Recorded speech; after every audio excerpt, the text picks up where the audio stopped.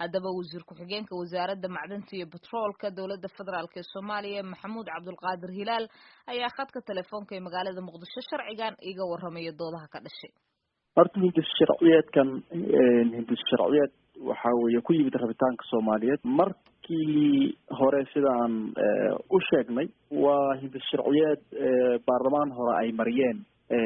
oo la ansixiyay weeyo dib u eegis yar lagu sameeyay marka waa hindis sharciyeed ku yimid baahi iyo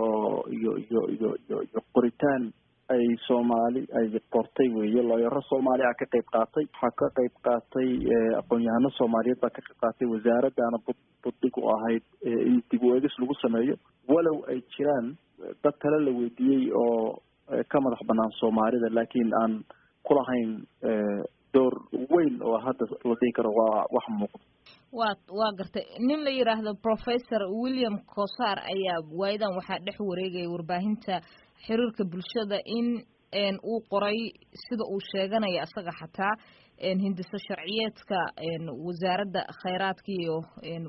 batroolka Soomaaliya isla markaasina hadda hor yaalla baarlamaanka taasi oo aqoon-yahano fara badan ay sheegeen in xataa baarlamaanka ay ku diidan yihiin sababo la xiriira iyadoo aysan ahayn wax wasaaradda iyo dad Soomaaliyeed ka yimid oo ay qoreen dad ajaanib ah marka eedahaas maxaad uga jawaabaysaan? horta aqoon-yahanada Soomaaliyeed xaq u leeyihiin inay muujiyaan concerns ama cabashooyinkooda ay muujiyaan ay yiraahdaan waxaan aniga labtikanaga waa aragnay wasaaradda ninka tweetkiisa wuxuu ku soo qoray dad badan waa la weydiiyeen warka oo kooban oo si fiican aan u sheegay waxa weeye hindis sharciyeedkan ninkan ma qorin asaga waxa qoray taladiisa lahaa in xilligaas review lagu sameeyo lahaa dad Soomaaliyeed baa lahaa wasaaradana lahayd hoggaanka looyarada Soomaalida iyo dadka Soomaaliyeed ayuu ku yimid hindis sharciyeedkan diyaarintiisa asaga iyo shakhsiyaad kale iyo dad kalena waxa weeye tala waa la weydiiyay laakiin sida uu sheeganayo kuma lahan doorka ilaa heerka uu sheeganayo kuma lahan oo ah inuu si buuxda u diyaariyay asaga qabyo qoraalka ama qalfoofta hindis sharciyeedka marka sidaas darteed Soomaali ayuu ku yimid aqoon-yahanada Soomaaliyeed ayaa qoray looyarada Soomaaliyeed baa qoray waqti fara badan bay geliyeen waayahay ma idin muuqata adinka ka wasaarad ahaan qatarta la xiriirta in kheyraadka dalka ay gacan ku yeeshaan ajaanibka inay keeni karto xataa in sirihii wasaaradda iyo wixii Soomaaliya uga deganaa xataa ay baahi karaan oo dad ajaanib ay gacanta u gali karaan ka soo xataa in la idin la diyaariyay oo la idinka caawiyo xataa in la qoray marka laga soo tago saas mid kugu muuqata oo dhinaca idinka soo horjeedo ay u arkayaan walaal Sahra waa mas'uuliyadda u dhaaranay waaye annaga inaan ilaalino controlno hagno siyaasad wanaagsan la nimaano waa mas'uuliyadda u dhaaranay waaye mas'uuliyaddaas ayada ana waa mas'uuliyadda maanta aan u fadhino inaan xafiisyada aan u joogno weeyo dadka Soomaaliyeed sida ay kheyraadkooda uga faa'iideysan lahaayeen aan u keeno nidaam qurux badan waxaan gacanta ku haynana inaan ilaalino hadday tahay sirta hadday tahay inaan Soomaalida aan ka dhaadhicno waxaan gacanta aan ku hayno oo aan u dhawaano dadka shacabka Soomaaliyeed midaas waa midaan u dhaaranay wey waa gartay dhinaca kale waxaa jirta heshiis ay wasaaradda adiga aad wasiir ku-xigeenka ka tahay la gashay shirkadda Shell oo ku saabsan inay bixiso kiradii ku baaqatay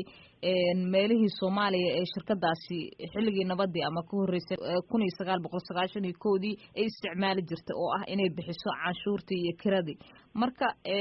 taasi laftirkeeda buuq ayaa ka yimid oo ku salaysan in wasaaradda habkii ugu habboona aysan u maareynin lacagtii loogu talagalay in shirkadaas lagu soo rogo oo heshiisyada loo eegay xilliga kirada waqtigii 1970maadkii iyo 80maadkii taa lafteeda maxaad uga jawaabaysaa? waa kala qaadaynaa horta mid waa mid koowaad horta heshiis hadii la galayo xukuumadda hadda jirto habraac bay dejisay habraaca ay dejisayna waa qoran yahay oo wasaarad kasta iyo mas'uul kasta uu haystaa heshiis marka la galayo nidaamka asal xisaabtanka hab ku dhisan ba heshiis loo geli karaa waxaa saameyn ku leh oo buddig u ah garyaqaanka guud oo ay tahay in uu heshiiska xafiiskiisa uu ka bilowdo uu arko wasaaradda ama heshiiska cidda gelaysa hay-ad ahaan dawladda Soomaaliya ay ula turxaan bixiyo looyarada aqoonta kulena la engage garayo ama ka qayb qaataan horta waa habraac qurux badan baa jiro oo la diyaariyey midaas horta waa heshiiska habka loo galayo wey wax anaga qol aan ku xiranayna ma ahan midaas wey midda labaad horta xilliga hadda la joogo heshiis anaga aan saxiixnayn ma completely heshiis aan saxiixnayn ma jiro laakiin in shirkadaha baxay ee Soomaaliya ka tegay ee ku baxay duruuf ku tegay ay dib wadanka ugu soo laabtaan bixiyaan kirooyinka ku baaqday waa u soconnaa mana aha mid aan ka baaqsanayna sababtoo taa waxaan xaq u leenahay in ay bixiyaan kirada waa guri aad kireysatay oo kaleeto aad lahayd oo kaleeto oo kiradii kugu socotay oo qolo kugu jirtay kiradii ayada ahayd marka kuu baaqatay oo aad tiri siiya oo kaleeto wey laakiin nidaamka iyo habka loo maraayo iyo heshiiska la galayo iyo waa mida aan sharxay oo dawladdan hadda habraac ay u dejisay siyaasadda xukuumadda hadda ka degsan weeyo waana imaan doontaa laakiin hadda heshiis ay wasaaraddu gashay ma jirto hadda caddaynteedana waan haynaa inaanan heshiis aanan gelin Shell shirkadda la yiraahdo waa shirkadaha kirooyinka ay ku baaqdeen weeyo waxay ku leeyihiin wadanka blocks bay ku leeyihiin laakiin rateska ama lacagta currency-ga waagaas ayada inayna isku mid ahayn waa sax change-ga musu isku mid ahayn waa sax blogga lacagta la saaray ee waagaas heshiiska la galay halka kilometer square $1 bay ahayd waa gartay hadda documentationka aan ka shaqeynayno iyo actiga hadda baarlamaanka hor yaallo qiimo kaluu saarayaayo oo ka muhiimsan kii asaga ahaa kaasi waxa uu ahaa wasiir ku-xigeenka wasaaradda macdanta iyo batroolka dowladda federaalka ee Soomaaliya Maxamuud Cabdulqaadir Hilaal oo khadka telefoonka ee magaalada Muqdisho igu warramay